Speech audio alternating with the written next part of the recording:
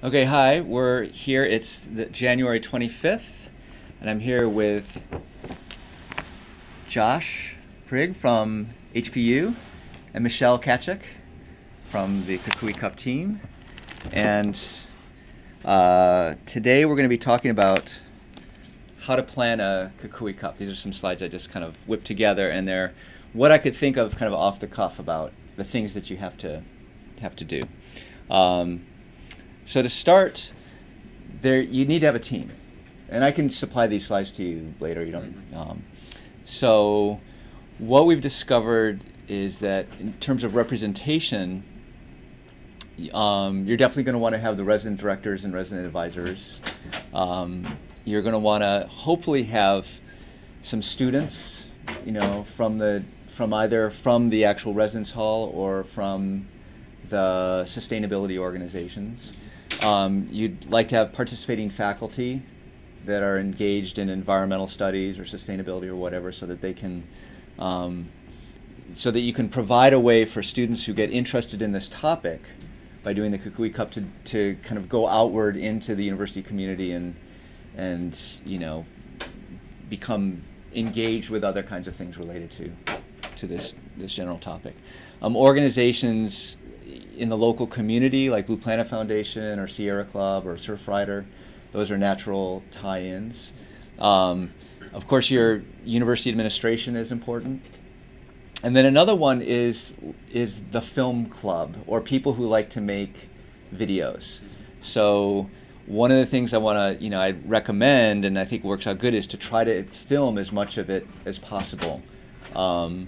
So that you can have a record of what's happened and can create materials for the future. So another way of looking at the team is in terms of skill sets. And so it's good to have people who can create graphics for the marketing materials and logos and t-shirts and all that kind of stuff. You need to get money together for this, and I'll go over kind of a tentative budget in a little bit. So unless you have access to the money already, you may want to do fundraising. Education, we have educational content, but you may want to add more. Web technology will do a lot of that support, but it helps to have a certain amount of savvy with that respect. Event planning is an important thing. So part of the Kukui Cup is to not only have an online environment, but to have workshops and excursions and stuff kind of in the real world. So those events have to be planned, and some of our events we've already planned out, and you can exploit them, and then you'll probably want to create new ones of your own for your own organization. And then the skill set of videography is, as much as possible, have people around that can film things. And in our case, we had some people from our local film club who were quite good. In other cases, we just took our camera and, videoed just by ourselves. So all those things can work. And if you have any questions, you can, feel free to interrupt me. So that's kind of the team. We had maybe about a dozen people or so involved in our Kukui Cup last year, and I think that's a lot of people. And I don't know that you need exactly that many people for yours. We needed that many people because we were trying to invent it at the same time as to plan it out. So okay, so another thing you need to do is to define the schedule. You need to figure out when exactly you're going to do it, how long. So typically September, October are good months to do it. It's good to have it not the first day of school, for example. You'd like to at least have the students be living in their residence halls for a few weeks prior to the competition, so that you can have a baseline. And so that when they start to conserve, you can see kind of what kind of changes occur. We ran the first Kukui Cup for 3 weeks, and in some sense that seemed like a good amount of time, but we don't know that that's the optimal amount of time. So you can decide for yourself. We divided it up into 3 rounds, and that was useful so that if people didn't get engaged with the competition immediately, you could say, oh, round 2 is starting. If you didn't get involved in round 1, you can now compete on an equal footing with other people. So that was a nice way of enabling people to start up and get involved and not feel like they were hopelessly behind and had no chance. And then you got to figure out kind of what events you want to have and how that fits into to the schedule. So here's the schedule that we used from 2011, and you can see we started. Well, actually, this isn't actually what we really did because we started a little later than this. But for this sample schedule, it shows that it started on October 3rd, went to October 23rd. So there was 3 week-long rounds. The rounds always started on Monday and ended on Sunday. And then we never had events on Fridays because students don't want to do, things on Fridays. We had excursions on the weekends. So Saturdays and Sundays you could see these excursions. We had our events during the week. We usually had a party on the Monday where we'd kind of announce either there was a kickoff party to start it all off, and then parties at the end on the Monday following each of the first 2 rounds to kind of say who won and what happened. And then Tuesday, Wednesday, Thursday we had these workshops, and we held the workshops always in the residence halls at 10 o'clock at night. And the idea being there was that we wanted to hold them late so that they had a chance to study first, and also so that if we were advertising food, they'd be hungry, and there would be that incentive to attend it for that reason. I think for this year, one of the things we're going to try to do is move it to 9 p.m. because 10 o'clock was pretty late, it turned out, and some people wanted to, it seemed like many people would say 9 o'clock would be better for us. I think 9 p.m. is a reasonable change, but you can get some feedback from your own people about that. So you need to have a budget, and I'll show you the budget that we had for the 2011 Kukui Cup. It was a total of about $9,000, and a lot of the, so it was broken down in terms of food and supplies for the workshops that we had, what turned out to be about $750.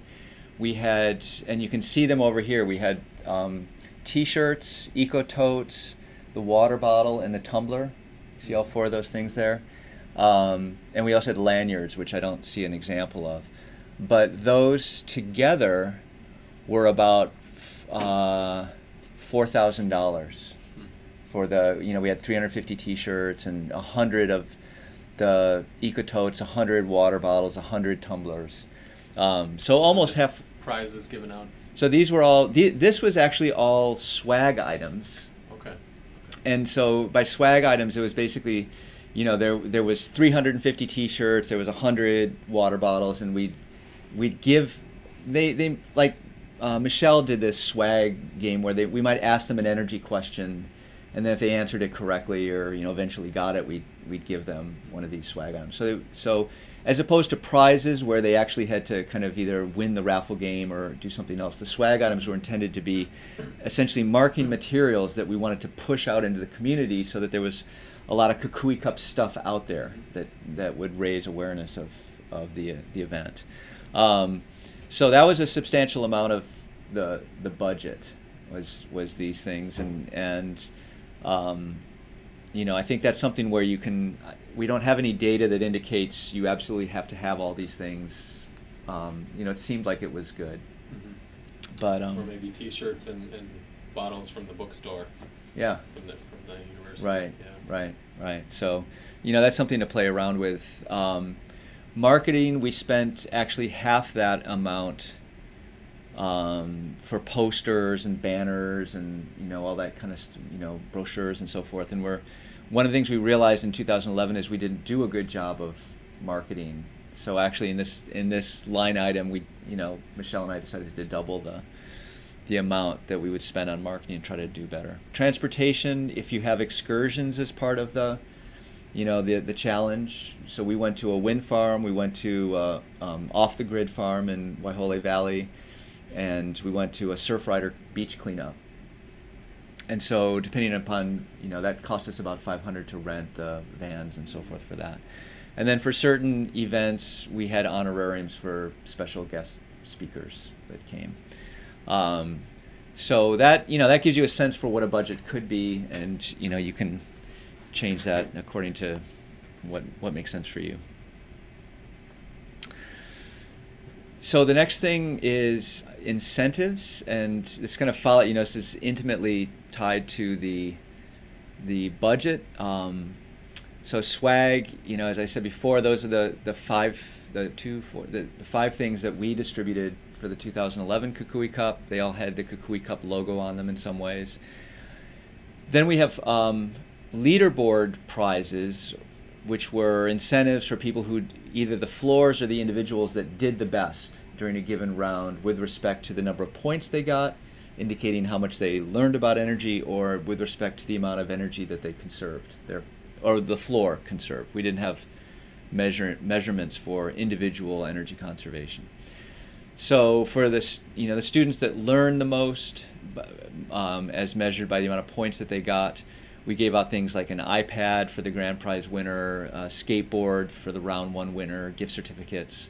For floors, we would have basically short little parties for each. If the winner of the round one, conservation challenge, they got we went to Bubby's and got mochi balls and had a little party and gave them out. Then we did, for other winners, we had a cupcake party, we had a pizza party, malasadas, and I think those all seem to work pretty good. They like the food. Then there's the raffle game, which is another game within the challenge, and the idea there is to provide an opportunity for students who aren't going to be the leader with respect to points to still be incentivized to participate, because they can enter this raffle game and win, have a chance to win things based upon the number of points that they got. And I'll just go to the next slide so you can see.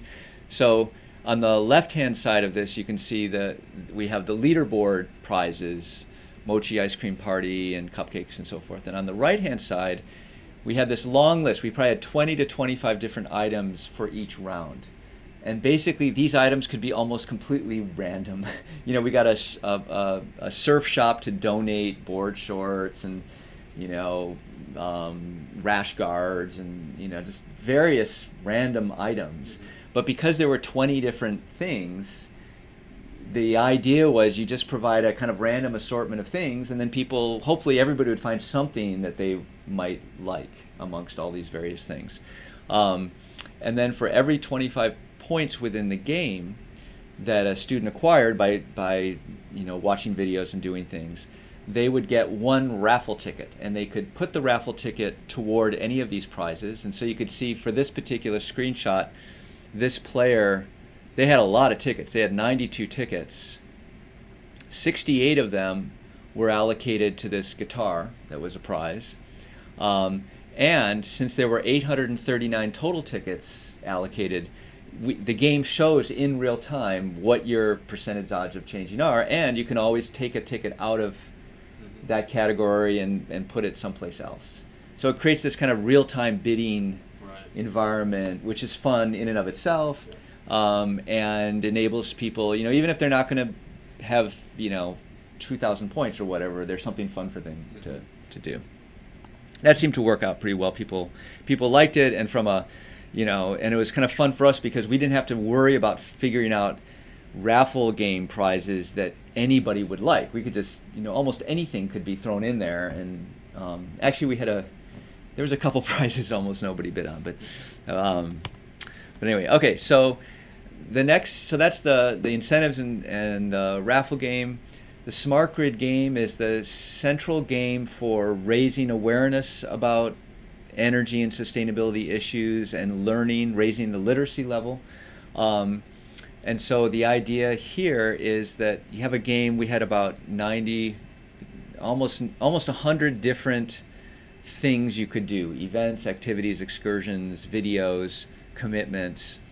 And this screenshot shows the Smart Grid game after almost all of the cells have been unlocked. When it starts out, only a couple of them are unlocked, but the more that you do, the more of them get unlocked. And you can actually define for yourself which of these activities you want to include. You can define new ones. You can define for yourself what the dependencies are amongst them. So, for example, we had 2 lighting videos. So you had to complete the first lighting video activity before the second one would become available to you. And the brown things are commitments, and the red things are excursions. We had these creative activities like write a song, about energy, and get some points for that. And then there were variable numbers. So it says 50, but it could be between 5 and 50 points, depending on the lameness, of the effort. And this is where you kind of need somebody around the clock to be awarding points for this when people answer. Right. So when people make it, so the answers to these are all fill in the blank or short answer. And then when they submit that, it goes into a queue, and then there's an administrative interface to the website, which enables people, which administrators can go through this queue of things and check, and basically it'll show what the question is, what the correct answer is, and then show what the user's reply was. And so you just kind of compare the two and either award it, hey Dave, or kind of both, but your priority. Okay. I'm making this a screencast, so you'll be able to watch it on YouTube tomorrow and see nice. it. So yeah. So yeah, it does require verification of all the answers, and one actual game mechanic is to have a delay between the time you do something in the game and the results, because it creates the motivation to come back to it later to see what's happened. So I think that there was a little bit of like, oh, I wish I could have gotten my points right away, but not very much of that. Having it be short answer makes it tremendously easier to both design questions, because you don't have to think about multiple choices, and also it makes the game more fair, because you don't have to worry about people just randomly picking something. If they've got to actually type something out, then it's unlikely that they won't watch the video or at least attempt to do the activity first. So you think if we had somebody there to go through and reward the points twice a day, maybe like every 12 hours? Oh, sure. Okay. That's fine. I mean, we didn't have people around the clock. And, and again, because of the game mechanic, it wasn't the case that a latency of 6 to 8 hours is a bad thing. Actually, a latency of 6 to 8 hours can be a good thing from the game perspective. Sure. So we typically had, and with our students, the high kind of usage time was generally between like 10 at night and 1 in the morning. And so we had some night owls that would hang out and do some of the administration thing, and then I'd wake up in the morning and do it for half an hour or something like that. And we have statistics. I don't know them offhand, but I know we had about I think it was something like 3,000 questions, 3,000 answers that we had to administrate. And it's not too bad over the course of 3 weeks. And it's over the course of 3 weeks, yeah. I mean, I think you'll probably want it. We had how many people? Probably 4 or 5 administrators. Could be more than we have. Well, and it's also, it's very easy to do. Yeah. I mean, it doesn't you don't even really, well, it's good to know the answers so that you can, because if you're going to decline the person's response, there's a field where you can type in a little explanation, which is generally like encouragement, like you almost got it, try, just watch it one more time, and I bet you can get it the next time. And but I don't, there was a lot of concern amongst people in the group about being overwhelmed by the amount of questions, and I didn't really feel like that didn't turn out to be a problem. And most people, the administrators, they're kind of excited, I mean, you on the one, you do want the system to be used, so it's fun when you see that actually happening. Okay, then another game is the daily energy game, or the daily energy goal game, and the idea here is that if you have a baseline for the energy usage, then you can decide what kind of percentage reduction from their baseline do you want them to achieve. And then the nice thing about this game is that the stoplight is red or yellow or green depending on whether you're, it's red if you're above, meaning you kind of stop using energy, green if you're good. And it's adjusted on kind of an hourly basis so that it shows you kind of for whatever point in the time of day it is right now, whether you're below the goal as it should be, for that kind of amortized or broken down for that period of the day. So to do this, it's important to have meters that are IP addressable so that we can actually see in real time what your usage is so that we know whether you're meeting the goal or not. Another activity is creating a marketing plan / creating marketing materials. We didn't really have a marketing plan. We didn't really have too much marketing at all, but I think our observation is a good marketing plan and good materials is an important thing to do. Here's all sorts of things, the kinds of things you should be thinking about, t-shirts, logos, posters, banners, flyers, public service announcements, swag that's branded with your logo and stuff, a Facebook page that students can subscribe to, maybe even a YouTube channel if you're creating videos that people can look at. Is this overwhelming? No. Okay. Oh, good. Next thing is event logistics. So, if you're putting on, so for example, we put on a workshop that was an what do we call it? The energy audit game or something. And we gave each of them a little Belkin Insight meter, which is, there's one right here. And the idea is, I'll show it to the camera first. So you plug it into your outlet, and then you plug your appliance into there, and then you can read on the meter the results. And so we had a game where the attendees at the workshop, we split them up into groups, and we had them go off, and in 30 minutes they had to try to find an appliance that would result in the most power being shown on the meter. And then they took a little picture with their camera, their phone, of the meter at that point in time, and then they ran back and they showed it and compared the results.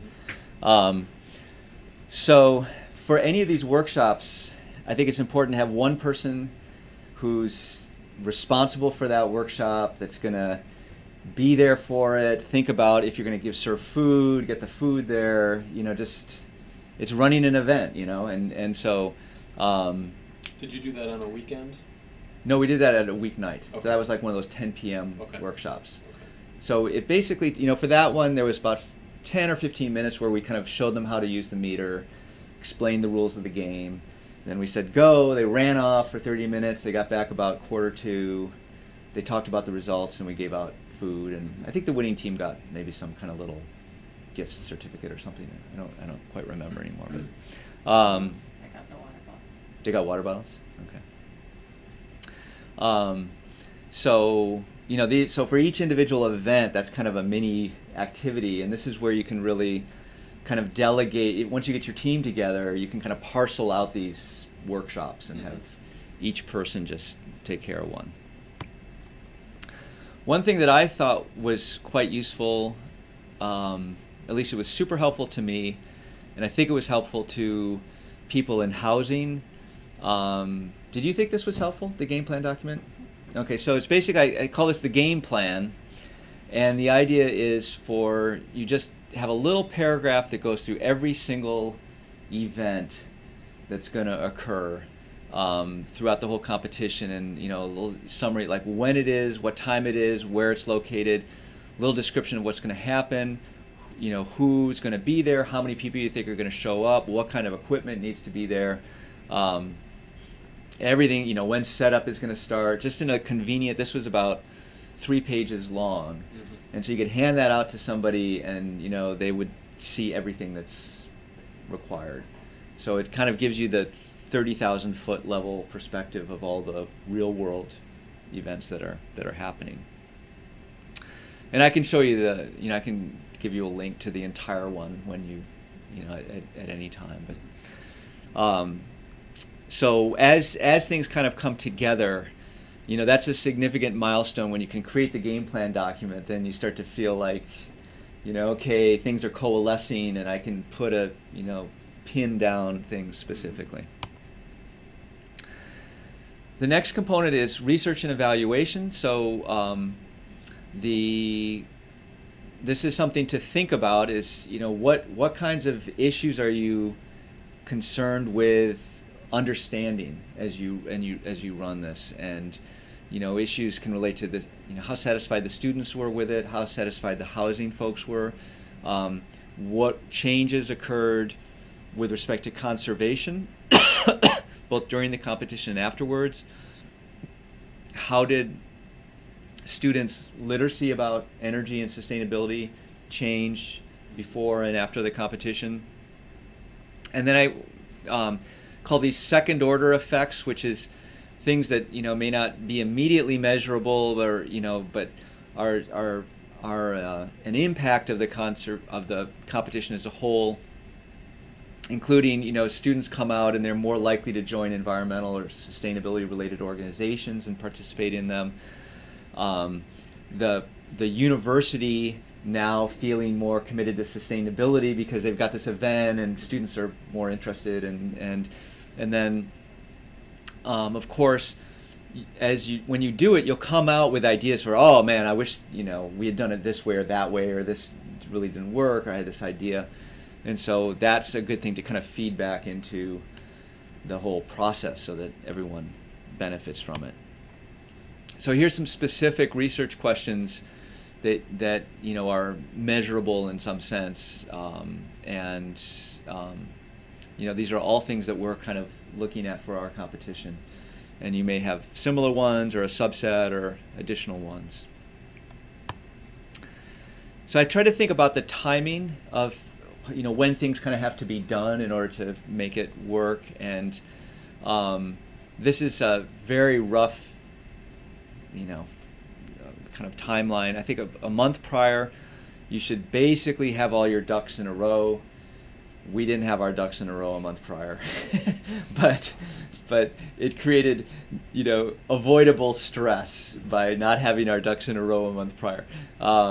So particularly things like, getting your marketing materials all ordered. Our T-shirts came in 3 days before it started, and our last meter was installed 2 days before it started, and it was just pretty painful to kind of, see the competition coming at you and not having everything together. So my recommendation is, a month prior get on. And I think now that you've got the benefit of our experience last year, it should be much easier to.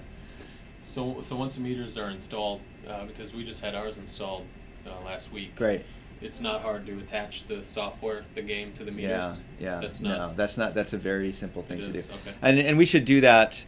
I say 2 months prior, have meters installed and running. That's that we could. I think it's good to have a couple months out, have that done, but that's not. Because then you can get on the administration page and edit.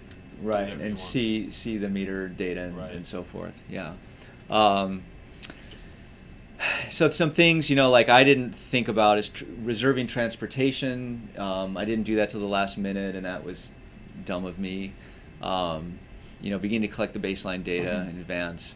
2 months prior, if you have the game plan document developed, that's good. Meters, you already have it done, so that's fine. And then 4 to 6 months prior, I think is the kind of minimum lead time to start getting your team together and have weekly meetings and start parceling out tasks.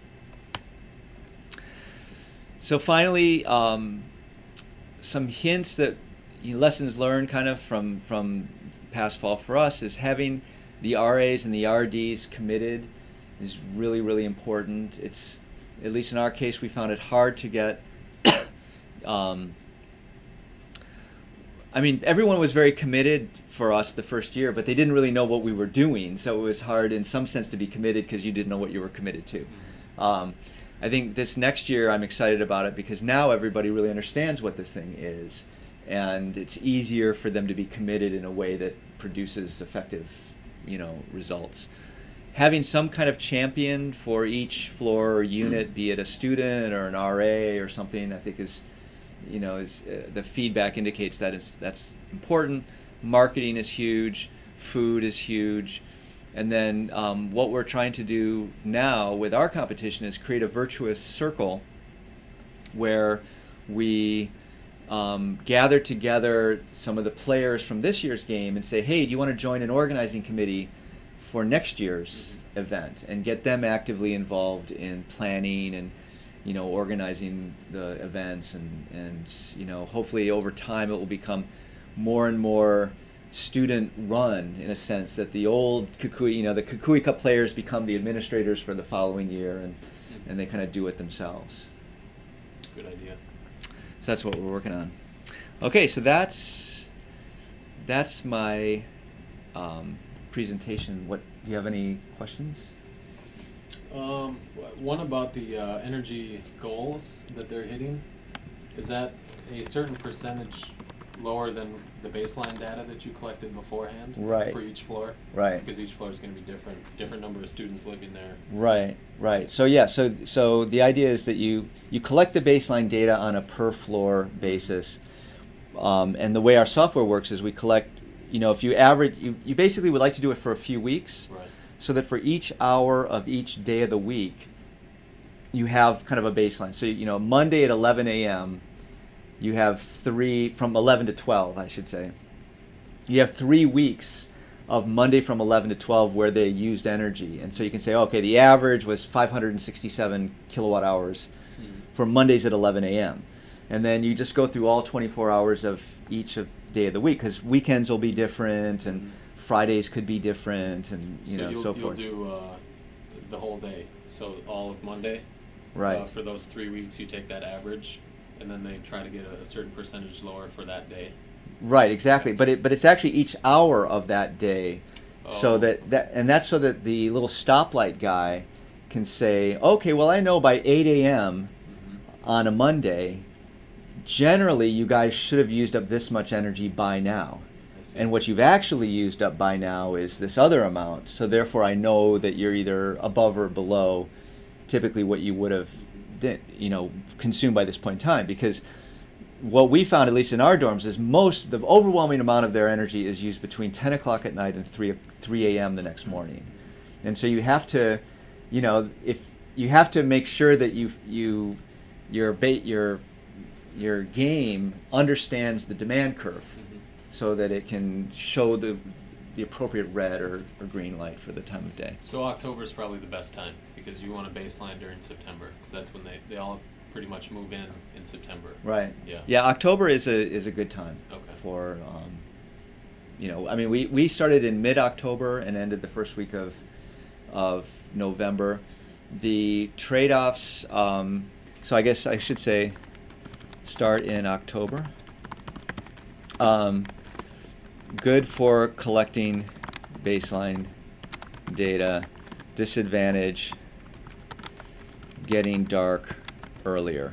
So if you have outside events, which we had plenty of, the sooner, the earlier in the year you do it, the more light there is in the evenings. I'm not saying that's a huge issue, but that was something when we're talking about moving to September for this year.